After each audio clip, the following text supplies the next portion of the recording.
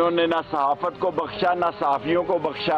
मैंने अपनी सियासी जिंदगी में ऐसी हुकूमत नहीं देखी जिसने बड़े फख्र से कहा कि जहां 500 आंसू गैस फेंकने की जरूरत थी हमने 650 फेंके।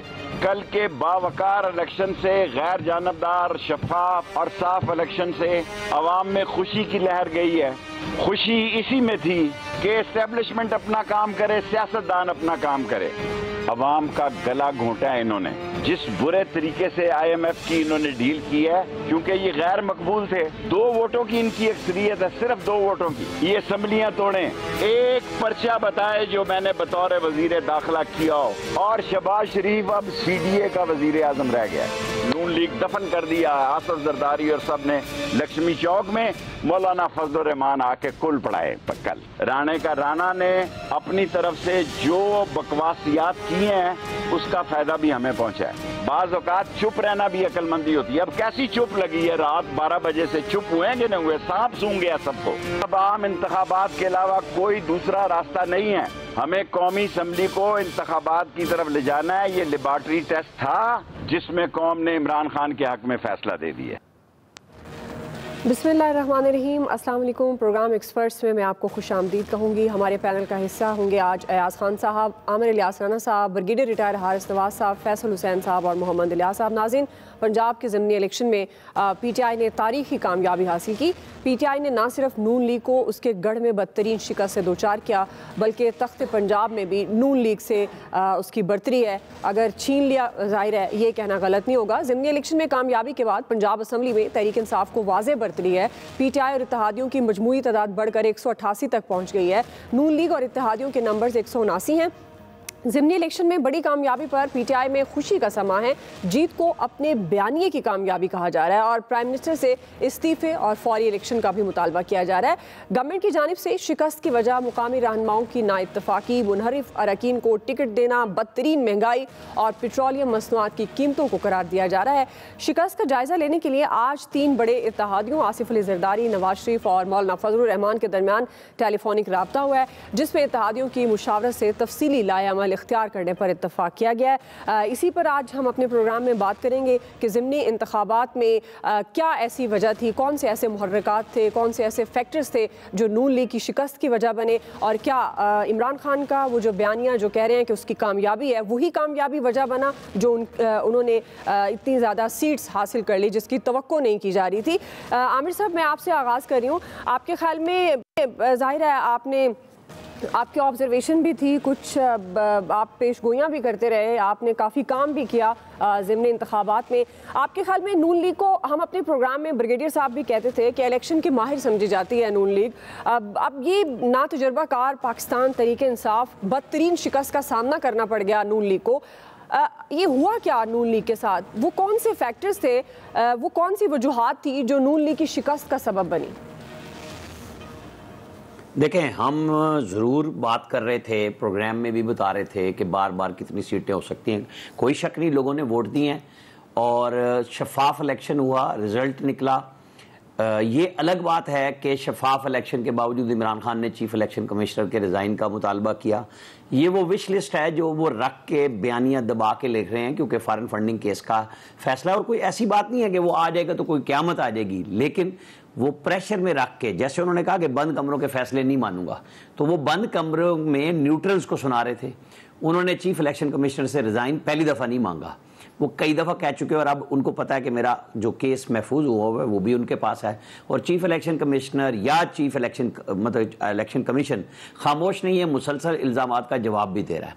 लोगों ने वोट दिया जी नंबर 1 इमरान खान को, उनका बयानिया और महंगाई जो उनके जाने के बाद हुई और लोड शेडिंग हुई, जिसका जवाब मुल्क की सियासत नहीं रियासत बनाया गया, वो पब्लिक ने नहीं लिया। सिंपल सी बात है, लोगों ने कहा नहीं जी हम अब आपके साथ हमारी उम्मीदें थी, आपने नहीं दिए। उसकी उससे भी बड़ी वजह थी जो मुस्लिम लीग नून ने वादा वफा करने के चक्कर में तमाम PTI के लोटों को टिकट दिया। लाहौर का टर्न आउट बाकी तमाम पंजाब से लो था, यानी PMLN के वोटर वहां मौजूद नहीं थे। जहां पे थे, मतलब अगर एक लाहौर में असद खोकर जीते हैं तो वो 2018 में भी आज़ाद जीते थे, अब PMLN के टिकट पे जीत गए। 3 सीटें और जीती हैं PMLN ने, और एक आज़ाद जो PMLN के जो वो हैं वहाँ से लोधरा से वज़ीर मुमलिकत, उन्होंने ही उनकी खुल के हमायत की और अपना बंदा जितवा लिया। ओवरऑल हार गए, बिल्कुल उनका वोट नहीं पड़ा, लेकिन सियासत खत्म नहीं हुई, मुशावरत उनकी जारी है। वो क्या है, इमरान खान ने साबित किया कि वो जलसे जुलूसों में गए और लोगों ने उनके उस बयानिए को खरीदा, उनका चूरन अमेरिका वाला भी बिका। उसके बाद इन्होंने मईशत बचाने के चक्कर में सियासत भी डुबोई अपनी PMLN ने। इन्होंने बहुत देर में मरियम नवाज को जलसों में निकाला। ये वो सारी वजूहत हैं जिसका नतीजा कल इनको मिला कि PMLN हारी, PTI वाज़े अक्सरियत से जीत गई। अब उसका 22 को इलेक्शन है, उस 22 के इलेक्शन से पहले क्या क्या इकदाम PMLN ले सकती है, वो अब बैठ के मुशावरत कर रहे हैं। जरदारी साहब भी आ रहे हैं, बाकी भी आ रहे हैं। हमजा शहबाज अगर 22 की वोटिंग से पहले रिजाइन करते हैं तो चीफ मिनिस्टर का नए सिरे से इलेक्शन होगा। वो रिजाइन नहीं करते तो चौधरी परवेज इलाही और हमजा का ही इलेक्शन है। उसके अंदर बहुत सारी तजावीज़ उनके पास हैं कि क्या हमें इसी बयानिए के साथ, इसी में क्या हम 2-4 महीने और खींचें कि अगर PTI के कुछ अरकान वोट डालने ना आए, वो ना आए तो क्या बात ये PTI और चौधरी परवेज इलाही मुकाबले में नहीं कर सकते कि वो PMLN के लोग गायब कर दें? गायब से मुराद यही होता है सौदेबाजी, कि आप ना आए तो आपके भी वोट कम हो जाएंगे। ये सारी सोच विचार है। या ओपनली आके, जैसे बिल्कुल अच्छा किया उन्होंने, तस्लीम की कि शिकस्त हो गई है और अब वो अपना आइंदा का लाएमल बना रहे हैं। कैसे शहबाज शरीफ सर्वाइव करते हैं जब परवेज इलाही वज़ीर आला बन जाएंगे और चारों तरफ इस्लामाबाद के उनकी मुखालिफ हुकूमतें मौजूद होंगी। ये वो सोच विचार है जो PMLN की इस वक्त जारी है। लाहौर मॉडल टाउन में उनके लोग बातचीत कर रहे हैं और फिर वो अपने इत्तेहादियों से करेंगे, जरदारी साहब से करेंगे कि हाँ हमें क्या करना है। आपको 2 चीज़ें बताऊँ, रात से जब से PTI जीती है आप उनके लोग देख लें और इमरान खान साहब की गुफ्तगू में भी जो अभी उन्होंने खिताब किया, अब उनको भी क्लियर है कि ये जो इक्तिसादी सूरत हाल है कोई नहीं संभाल सकता, क्योंकि हालात ऐसे नहीं हैं। इंटरनेशनली कहें, लोकल कहें, डिवैल्यूएशन कहें, कि अब आपको इस महंगाई के साथ जीना है और दुनिया के साथ चलना है। जब चलना है तो आपको उनके मुआहदों की पासदारी करनी होगी और वो कैसे करेंगे ये सबके लिए परेशानी का बायस होगा। इसी पे सौदेबाजी होनी है कि इलेक्शन कब, अगर जल्दी कराने हैं तो कैसे होंगे, क्योंकि रूल्स ऑफ द गेम बहरहाल सेट होने। जी जी जी। ऐसा वैसे आपके पास कौन सी जादू की छड़ी थी? आपने शायद 16 का फिगर दिया था PTI की सीट्स के लिए, और आपको क्या पंजाब में अब सियासी मंजरनामा बदलता हुआ नजर आ रहा है? तो एक तो ज़ाहिर है वो मेरे कोई ज़ाती ज़ाहिर है को मैंने वो पेशगोई नहीं की थी। वो जो सर्वेज आ रहे थे और मुख्तलिफ लोग जो जा रहे थे हल्कों में, उसकी बेस पे, लेकिन इसके बावजूद मुझे यकीन नहीं था कि PTI 15 मेरे हिसाब से बहुत ज़्यादा सीटें जीत गई। उसकी वजह ये कि इलेक्शन पूरा तैयारी पूरी थी PMLN की, इसमें शुबे वाली बात ही कोई नहीं है। इलेक्शन कमीशन साथ था, जहाँ जहाँ फेवर कर सकता था इलेक्शन कमीशन ने की है, इसमें कोई शुबा नहीं है। उसके बाद ज़ाहिर मैनेजमेंट सारी इनके पास थी, पुलिस, ब्यूरोक्रेसी, एक एक चीज़ मैनेज करके वो इलेक्शन में उतरे थे, इसमें एक शुबे वाली बात ही कोई नहीं है। लेकिन वो कहते हैं ना, वो आज मेरी PTI के दोस्त से भी बात हो रही थी, मैंने कहा यार वो जिन सीटों पे सर्वेज ये कह रहे थे कि कैंडिडेट्स बहुत वीक हैं आप लोगों के, वो तो हार जाएंगे, वो कैसे जीत गए? तो उन्होंने कहा जी वो एक वेव चल गई, उसका हमें फ़ायदा हो गया। जाहिर है एक तो वो तकरीरों में लोग जज्बाती हैं हमारे यहाँ, इसमें कोई शुबे वाली बात नहीं। दूसरा सबसे बड़ा फैक्टर वही है जिस फैक्टर की वजह से PTI अपनी हुकूमत में 15 ज़िमनी इलेक्शन हार गई थी, वो महंगाई है। वो लोग मानने के लिए तैयार नहीं है कि आप सियासत नहीं रियासत बचा रहे हैं, तो रियासत उसको बचाने देते ना जो लगा हुआ था, उसको बड़ा गर्क हो जाता उसका। आप तो आए थे लोगों को महंगाई मार्च, आपने महंगाई मुकाओ मार्च करके आए थे आप, तब आपने हुकूमत ली थी। तो अब लोग कैसे आपका बयानिया मान जाए? अब आप जो मर्जी कहते रहे कि जी वो इमरान खान मुआहदे कर गया था, हमारे गले पड़ गए हैं। आप बहुत छोटे से बच्चे हैं, आपको नहीं पता था क्या मुआहदे किए हुए इमरान खान ने IMF से, और अब आप IMF से क्यों मुआहदा करने जा रहे हैं? मतलब बिलावल तो उठते बैठते बात ये करते थे जी कि IMF का बजट है, जो IMF कहता है ये मानते जा रहे हैं। अब समझ आती है ना जब आप गवर्नमेंट में आते हैं। जैसे शौकत तरीन साहब वजीर बनने से पहले कुछ और कह रहे थे, वजीर बनने के बाद वो डिफरेंट बात कर रहे थे, आज फिर वो और बात कर रहे हैं। तो ये चीज़ें तो सामने होती हैं। बहरहाल अब चूंकि इलेक्शन हो गया, अब जो आमिर कह रहे थे कि मुख्तलिफ ऑप्शंस पे गौर कर रहे हैं। जितना ग्रेसफुली कल PMLN ने शिकस्त तस्लीम की है, स्पेशली मरियम नवाज साहबा ने, और उसके बाद वो मलिक अहमद खान ने, जी मेरे ख्याल में उसी ग्रेस के साथ अगर ये जाते तो इनकी कुछ इज़्ज़त अफजाई हो जाती, उसमें इज़्ज़त में इजाफा हो जाता। अब अगर ये कोशिश करेंगे कोई वो उनके गायब कराने की बंदे ना आए और इलेक्शन लड़ेंगे, मेरा ख्याल है वो PMLN के लिए और ज़्यादा इनकी पॉपुलैरिटी पे असर डालेगा। बेहतर तो यही है कि इनको बिल्कुल ग्रेसफुली रिज़ाइन करके चले जाना चाहिए, बड़ा आराम से। और चौधरी परवेज़ लाई को हमने देखा है, पहले भी देखा है। एक तो जाहिर है वो वज़ादारी उस ख़ानदान में वैसे ही बहुत है। परवेज़ लाई अगर MPA भी नहीं है तो तब भी उसी तरह से ट्रीट कर रहा होता है आपको। वो स्पीकर बन जाता है, चीफ मिनिस्टर बन जाता है, वो उसी तरह से ट्रीट कर रहा होता है। उसके रवैये में मैंने तो कम से कम आज तक फ़र्क नहीं देखा परवेज़ लाई के रवैये में। तो मेरा ख्याल है कि इनको कुछ दरमियान में लोगों को डाल के परवेज़ लाई साहब से बात कर लेनी चाहिए कि जी ठीक है, आपके पास चूंकि अब अक्सरियत है तो हम हट रहे हैं, आप आए, बिस्मिल्लाह करें, चीफ मिनिस्ट्री संभालें। आप कुछ चीज़ें भूलनी नहीं चाहिए। हमजा शहबाज जब तक कैद रहे वो ऑलमोस्ट डेली असेंबली में होते थे। जिस दिन इजलास नहीं होता था उस दिन किसी कमेटी में उनको शामिल कर लिया जाता था। और मतलब ये परवेज़ लाई उनके लिए कर रहे थे। लेकिन बहरहाल सियासत बड़ी बेरहम चीज़ है, वो चीज़ें भूल बड़ी जल्दी जाती हैं। ब्रिगेड साहब, आपके ख्याल में इमरान खान PTI की कामयाबी में किन फैक्टर्स ने अहम किरदार अदा किया? क्योंकि हम अब इदारों की बात भी कर लेते हैं, एस्टैब्लिशमेंट को भी डिस्कस कर लेते हैं। ये भी कहा जा रहा है एंटी एस्टैब्लिशमेंट बयानिया जो है वो बहुत ज़्यादा पॉपुलर रहा इमरान खान साहब का। आप क्या समझते हैं कौन से फैक्टर्स थे जिन्होंने कामयाबी दिलवाई? देखें, दो इसमें 3-4 फैक्टर्स है। नंबर 1 फैक्टर तो ये है कि इमरान ने जलसों में अपना जो नैरेटिव था वो काफ़ी कामयाब किया, जलसे कामयाब हुए। और सबसे बड़ा ये था कि PMLN ने मुनरिफ अरकान को टिकट दिए जिनका किरदार वाज़ेह हो चुका था, जिनको बहुत ज़्यादा क्रिटिसाइज़ किया गया और जिसकी वजह से बहुत से लोगों ने, इवन PMLN के लोगों ने जो इनके टिकट दिए हुए थे उनको वोट देने वो निकली। लाहौर में इन्होंने अयाज ने भी बड़ी क्लियर बात की और बहुत सही बात की है। उसके बाद नंबर 3 लोगों ने देखा कि ये महंगाई ख़त्म करने नहीं आए थे, इनकी महंगाई प्रायोरिटी नहीं थी। ये महंगाई अगर ख़त्म करने आते तो फिर आके महंगाई को कंट्रोल करते, वो नहीं कर सके। देन दे बॉट, जो इमरान खान ने बड़ा तरीके से किया कि वो नैब ऑर्डिनेंस ख़त्म करने आए थे, अपने केसेस ख़त्म करने आए थे, EVMs ख़त्म करने आए थे, ओवरसीज पाकिस्तान वोटिंग ख़त्म आए थे। वो लोगों ने आइडिया को बाय किया। इम्पोर्टेड गवर्नमेंट आई थिंक वो इतना ज़्यादा नहीं था। और उसके बाद फिर इसके साथ जो सबसे इम्पोर्टेंट चीज़ें निकली कि वो लोगों को निकालने में कामयाब हुए। बाई इलेक्शन में इतने लोग नहीं निकलते और बहुत लोग निकले, तकरीबन 50% लोग निकले हैं, उन्होंने इनको वोट दिया। अब ऑप्शन ये सोचने की बात ये कि आगे क्या है।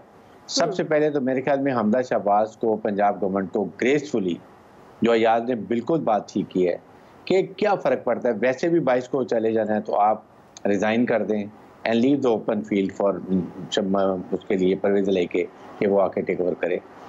नंबर 3 बात ये है, अब बात है कि फेडरल गवर्नमेंट की। आज मेरे ख्याल में हम ये क्या डिसाइड करते हैं, सबसे अहम है कि फेडरल गवर्नमेंट को क्या मॉरली अभी इस स्टेज के ऊपर अर्ली इलेक्शन अनाउंस कर देने चाहिए या नहीं करने चाहिए। मुल्क की अभी भी स्टेबिलिटी के लिए क्या ज़रूरत है। अगर नहीं करते, Imran Khan will continue destabilising politically, economically, और मुल्क को और नुकसान होता जाएगा और उतना ही इनकी हुकूमत, PDM की हुकूमत को नुकसान होता जाएगा, उनका बयानिया और चढ़ता जाएगा। लोग अभी ज़्यादा, क्योंकि दिनों के पंजाब में भी हैं, हो सकता है इलेक्शन में वो आ जाएँ, तो लोगों का एटीट्यूड, लोगों का, ब्यूरोक्रेसी का, सबका काफ़ी हमें पता है कि कैसे चेंज होता है, वो भी हमें देखने की बात है। सेकंड ये कि अब यहाँ इस्टेब्लिशमेंट ने अपने आप को बहुत रिट्रीव किया है, क्योंकि जिस तरीके से वो बात कर रहे थे मिस्टर एक्स ही कभी कोई बात, आई थिंक उन्होंने प्रूव कर दिया कि our military establishment is apolitical, they did not do anything. Election बिल्कुल जैसे हो रहे थे होने दिए, अवाम के मैंडेट की रिस्पेक्ट दी गई और वो हो गया। एक तो ये है। इसका तो एक इम्पॉर्टेंट बात है कि देखिए, आप केयर टेकर गवर्नमेंट के लिए क्या 3 महीने में अगर अर्ली इलेक्शन होते हैं, उसमें आपने लोन भी लेने हैं, आपने वर्ल्ड बैंक से, इंटरनेशनल इंस्टीट्यूशन से, वर्ल्ड एशियन डेवलपमेंट बैंक से, बाकी ममालिक से, क्या वो आपको मिलेंगे या ये 6 महीने के लिए इंटरिम गवर्नमेंट आए, स्टेबल करे।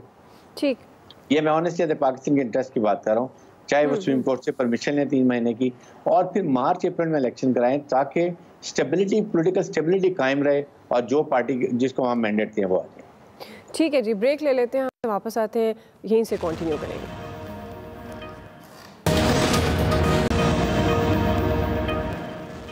वेलकम बैक नाज़रीन। फैसल साहब, आपकी तरफ आऊँगी। आप इस सारी सूरत हाल के बाद पंजाब के सियासी मंजरनामे को किस तरह से देख रहे हैं आप? अच्छा, पहले तो मैं जैसे वो आमिर साहब कह रहे थे ना कि नवाज शरीफ साहब आसिफ जरदारी साहब से और मौलाना फजलुर रहमान साहब से जो है वो मुशावरत कर रहे हैं। अगर नून लीग को नवाज शरीफ साहब को अपनी मजीद सियासत और इज़्ज़त बचानी है ना, तो कम से कम अब मजीद जरदारी साहब से जो है मशावरत नहीं करें।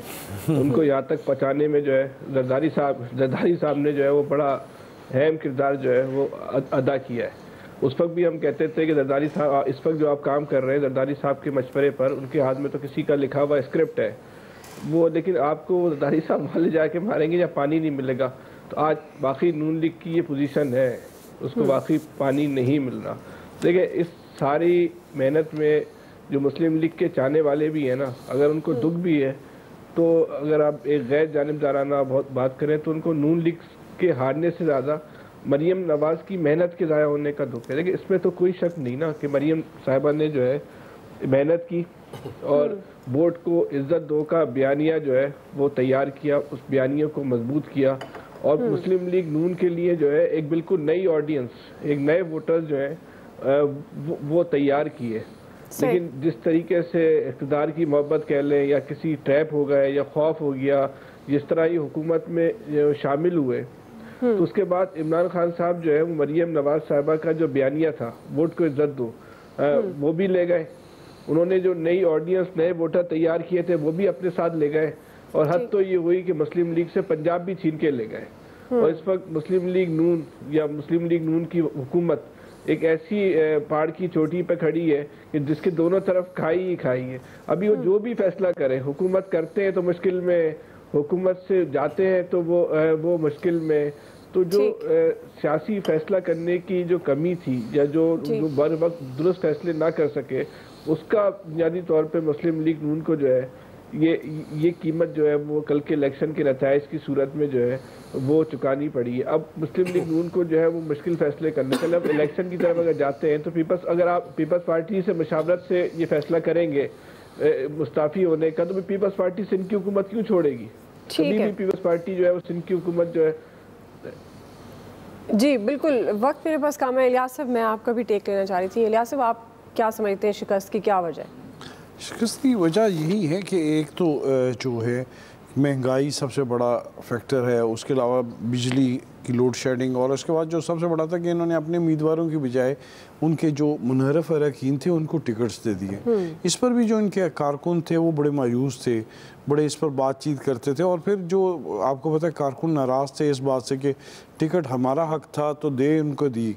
बहरहाल उन्होंने वादा किया था और उस वादे को पूरा किया जो अपने इत्तेहादी थे गवर्नमेंट को गिराने में, तो उनके साथ वादा पूरा किया और महंगे जो मुश्किल फ़ैसले किए थे उस फैसलों को भुगतना पड़ा। बहरहाल आप देखें कि क्या सूरत हाल है, ये क्या लाहे अमल तय करते हैं।